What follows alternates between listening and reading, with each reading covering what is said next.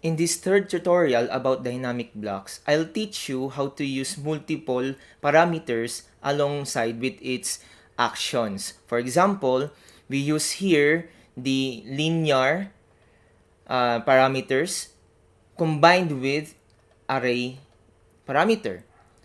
We also use in this tutorial the flip parameter and the alignment parameter. So, how to do this? I'll teach you how in this video. So to start, let's type I to open the insert command. Then select any of your two-seater sofa na nagawa na ninyo ng prelim. Yan, so sa akin dito. Pero make sure muna na naka-uncheck itong scale. Tapos make sure na nakalagay dito sa X, Y, and Z is 1. So pag kinlik natin dito, automatic yung scale niya, 1 na siya. So click natin yan. Lagay natin dito. Ayan. Tapos, rotate ko na lang siya. So, sa akin kasi naka-rotate dito. Ayan. Tapos, yung block na sofa niyan, select natin ito. Tapos, X to explode. For the sofa, dynamic block to work, kailangan naka-join yung bawat components ng isang sofa. Diba? Meron tayo sa sofa mismo, yung pinaka-seating natin. Tapos yung armrest, then the backrest. So, gagawin natin siya, i-join natin yung mga iyan. So, for example, ito, select ko itong mga to. Yan. Yan. Gagawin ko sa kanya, i-join ko siya. So, J for join. Tapos, select ko ito, ito, J for join. Tapos, select ko ganito, ito, i-join ko siya. Okay? Tapos, i-make sure ko din na yung mga gin-join ko na ito is meron siyang mga closing lines dito. Kasi for example, i-hide ko muna itong backrest, right click.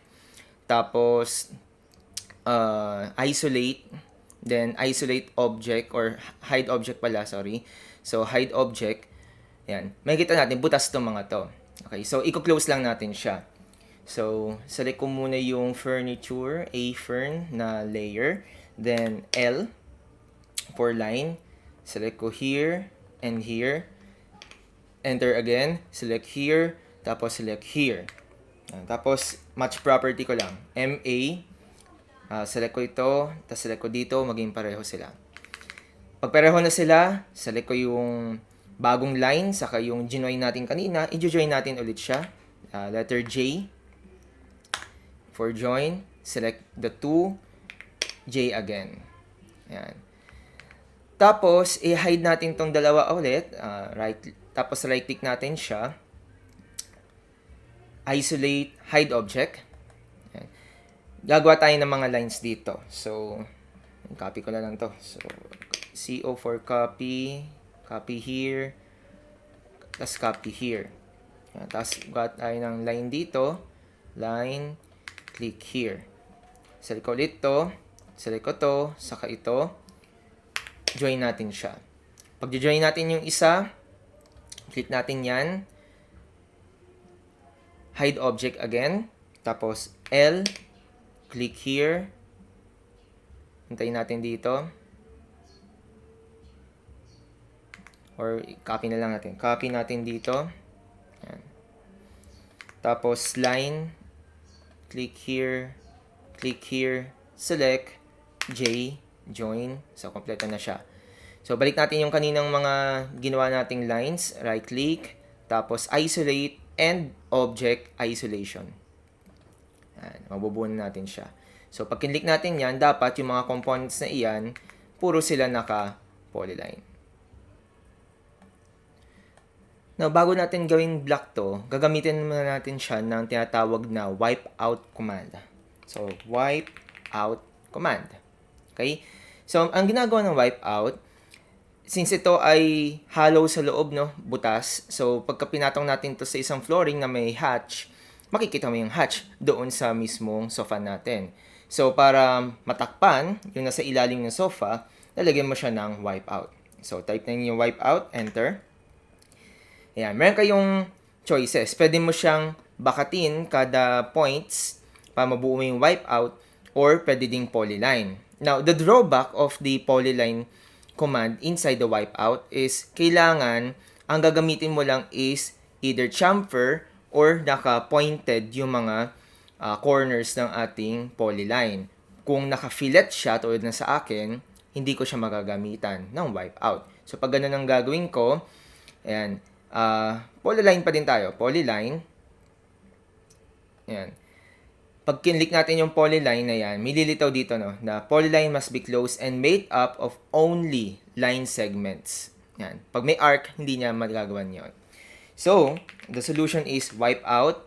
Tapos, gawa na lang ako ng mga points. So, click here, click here, click here, and click here. Tapos, enter. Yan. So, nakita nyo, yung wipe out, ayan, tinatakpan niya yung nasa loob ng frame na iyan. Now, ang gagawin ko na lang dito, select ko yung wipe out. Yan. Baba ko na lang siya dito. Yan, pantay ko lang dito. Here, here. Dito sa kabila din. Yan. Gumagana lang ito kung naka-open yung inyong OSNAP na extension. Ayan. So, dapat naka-open yung extension OSNAP ninyo para gumana yung ginagawa ko. So, tinatapat ko kasi dito, tapat, baba, may green na hidden line na lalabas. Baba nyo lang. Tapos, tapat nyo ulit dito.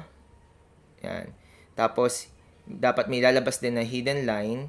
Tapos, magkakaroon ng yan, intersection dito, yung naka-X. Pag kinlik ko dyan, yan, pantay na siya. So, ganun din gagawin ko dito. Bilisan lang natin. Here. Tapos, last here.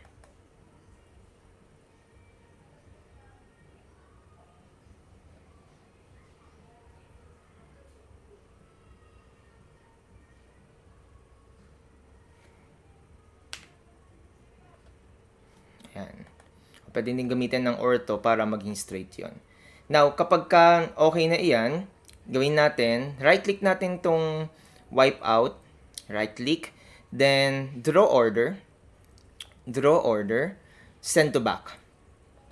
Ayan. So, mapupunta na siya sa likod. Tapos, itong pinakasofa natin, mag-emphasize na siya. No? Now, gawin na natin tong block. Ayan.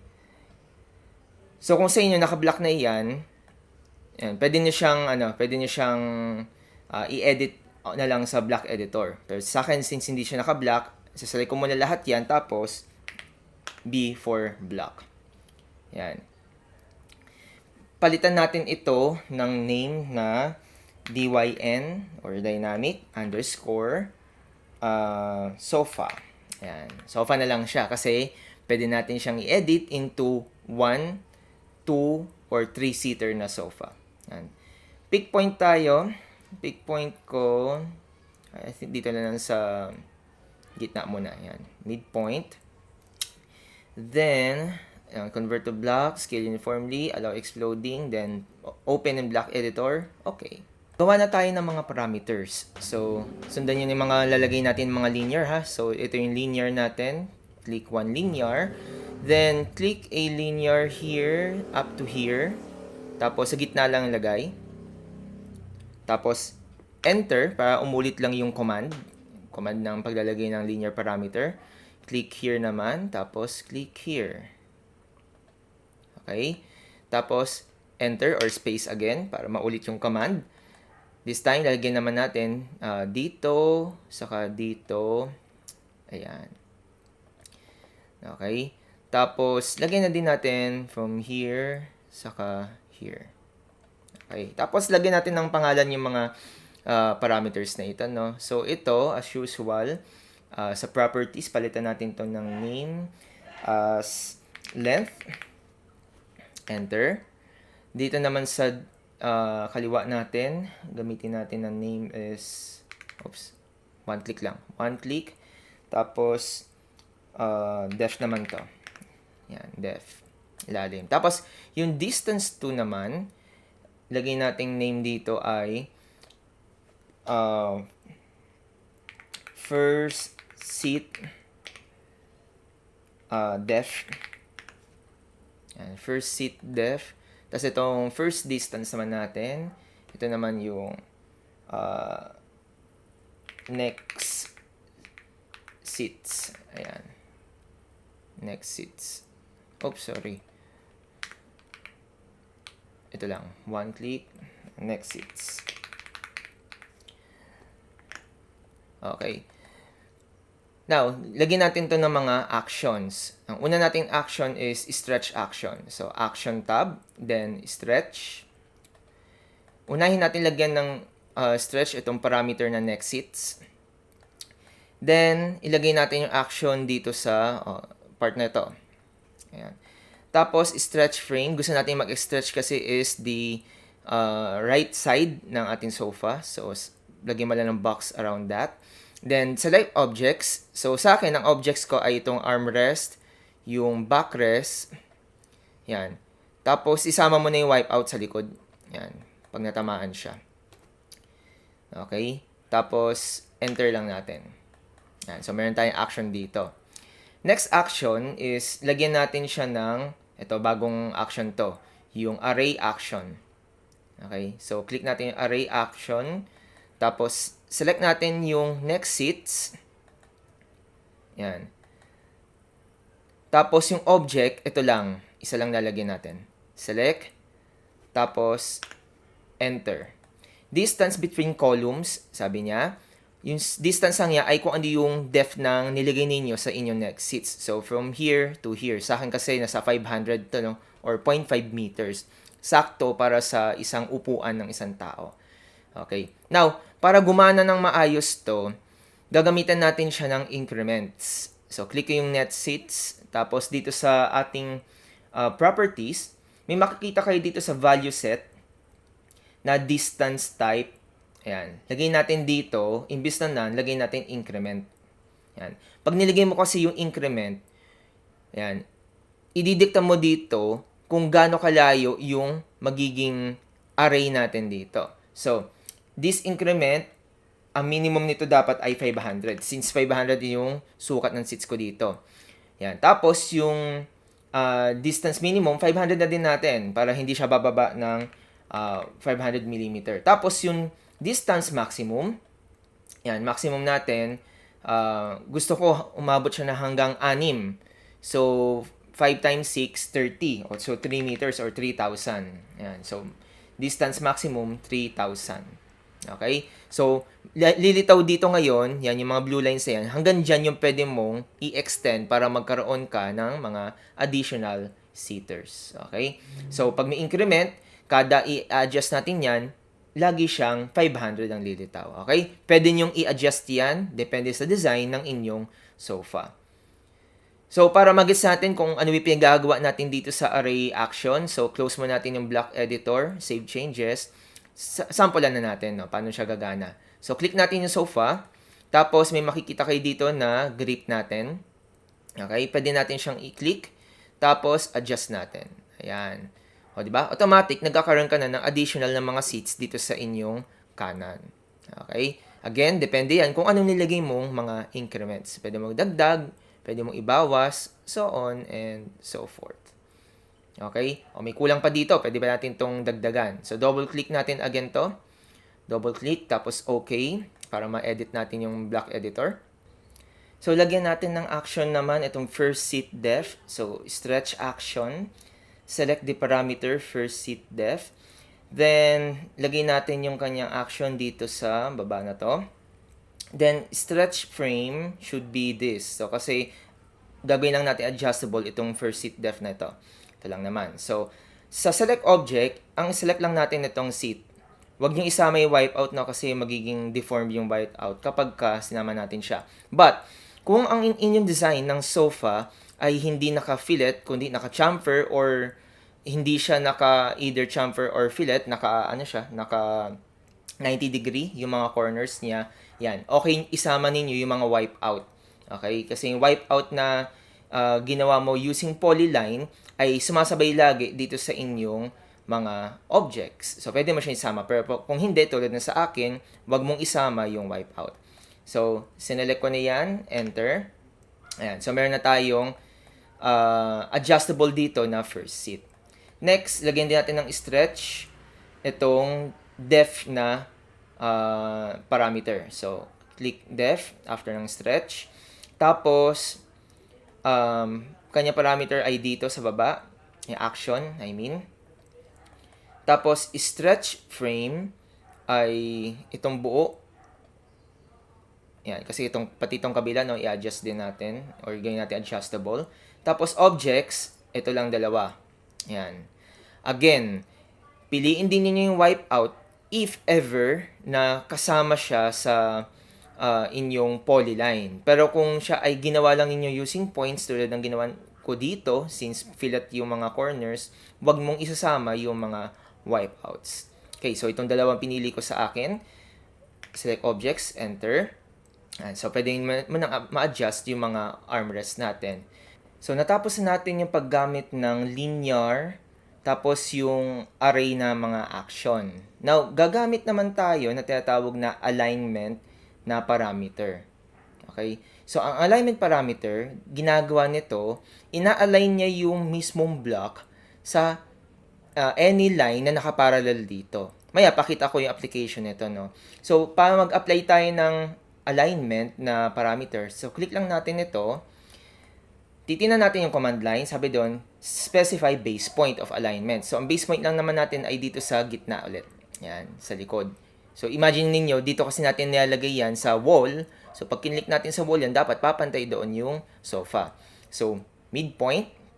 Tapos sabi, specify alignment direction. So, direction natin, pakanan. Yan, pakanan, parang itsura niya, ganyan.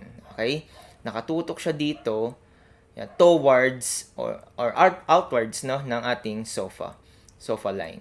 Okay? So, yan yung ating alignment.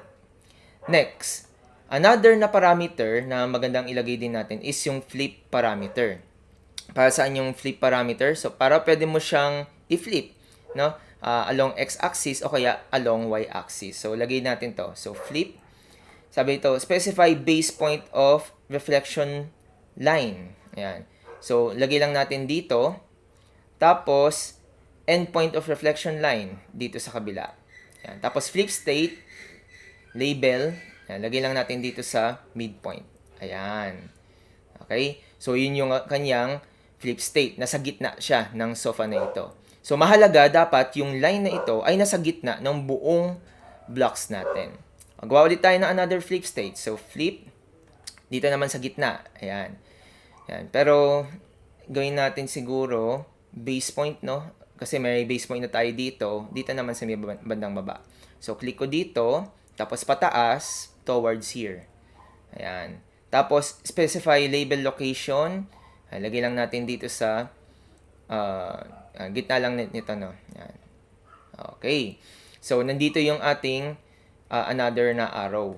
So, pagka-flip pala, arrow yung kanyang logo. Now, since meron na tayong nilagay ng mga parameters na flip state, okay, buksan ko lang yung aking authoring palettes. Ayan. Lalagyan natin siya ng action dapat. Okay? Again, parameter, then action. So, ang action natin dapat ay flip. Ayan. So, click natin yung flip. Select parameter daw. Click mo lang yung parameter. Tapos, select objects. Select natin lahat to. Ayan. Tapos, enter. Okay? Tapos again, flip action. Select mo yung flip state. Tapos select objects. Lahat ulit. Tapos enter. Ayan. Now, subukan natin kung paano gagana ito. So, close block editor. Save changes.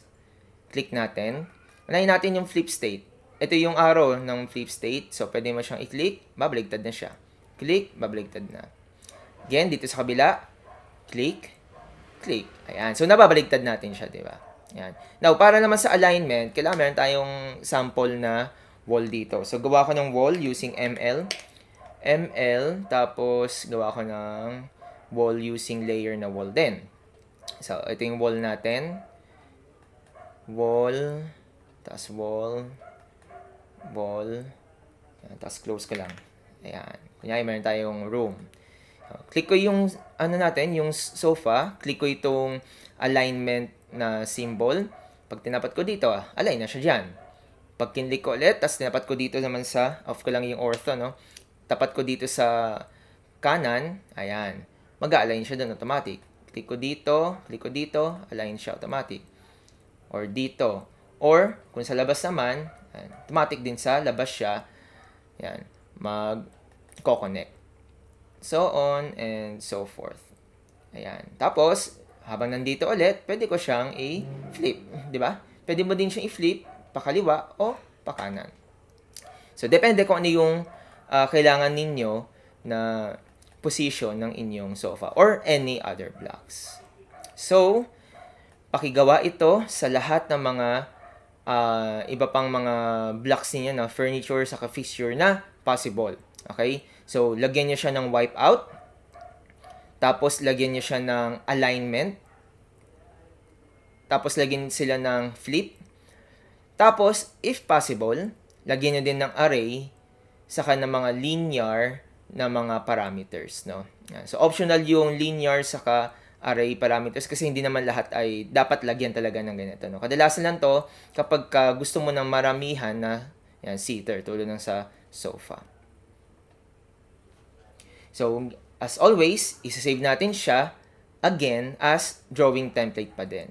So, dinadagdagan lang natin ng mga blocks yung current template na meron tayo dito. Okay? So, pwede nyo siyang i-deform. Yan. Pwede nyo siyang i-deform na ganyan. Pwedeng may wipeout dito kung wala kayong mga fillet. Okay? Paki-note lang ulit yon. Tapos, if ever na galaw ninyo ng madami na yung inyong block, tapos gusto niyo siyang ibalik sa dati, pwede naman. Right-click mo lang. Tapos, reset block, babalik siya sa dati natin na block.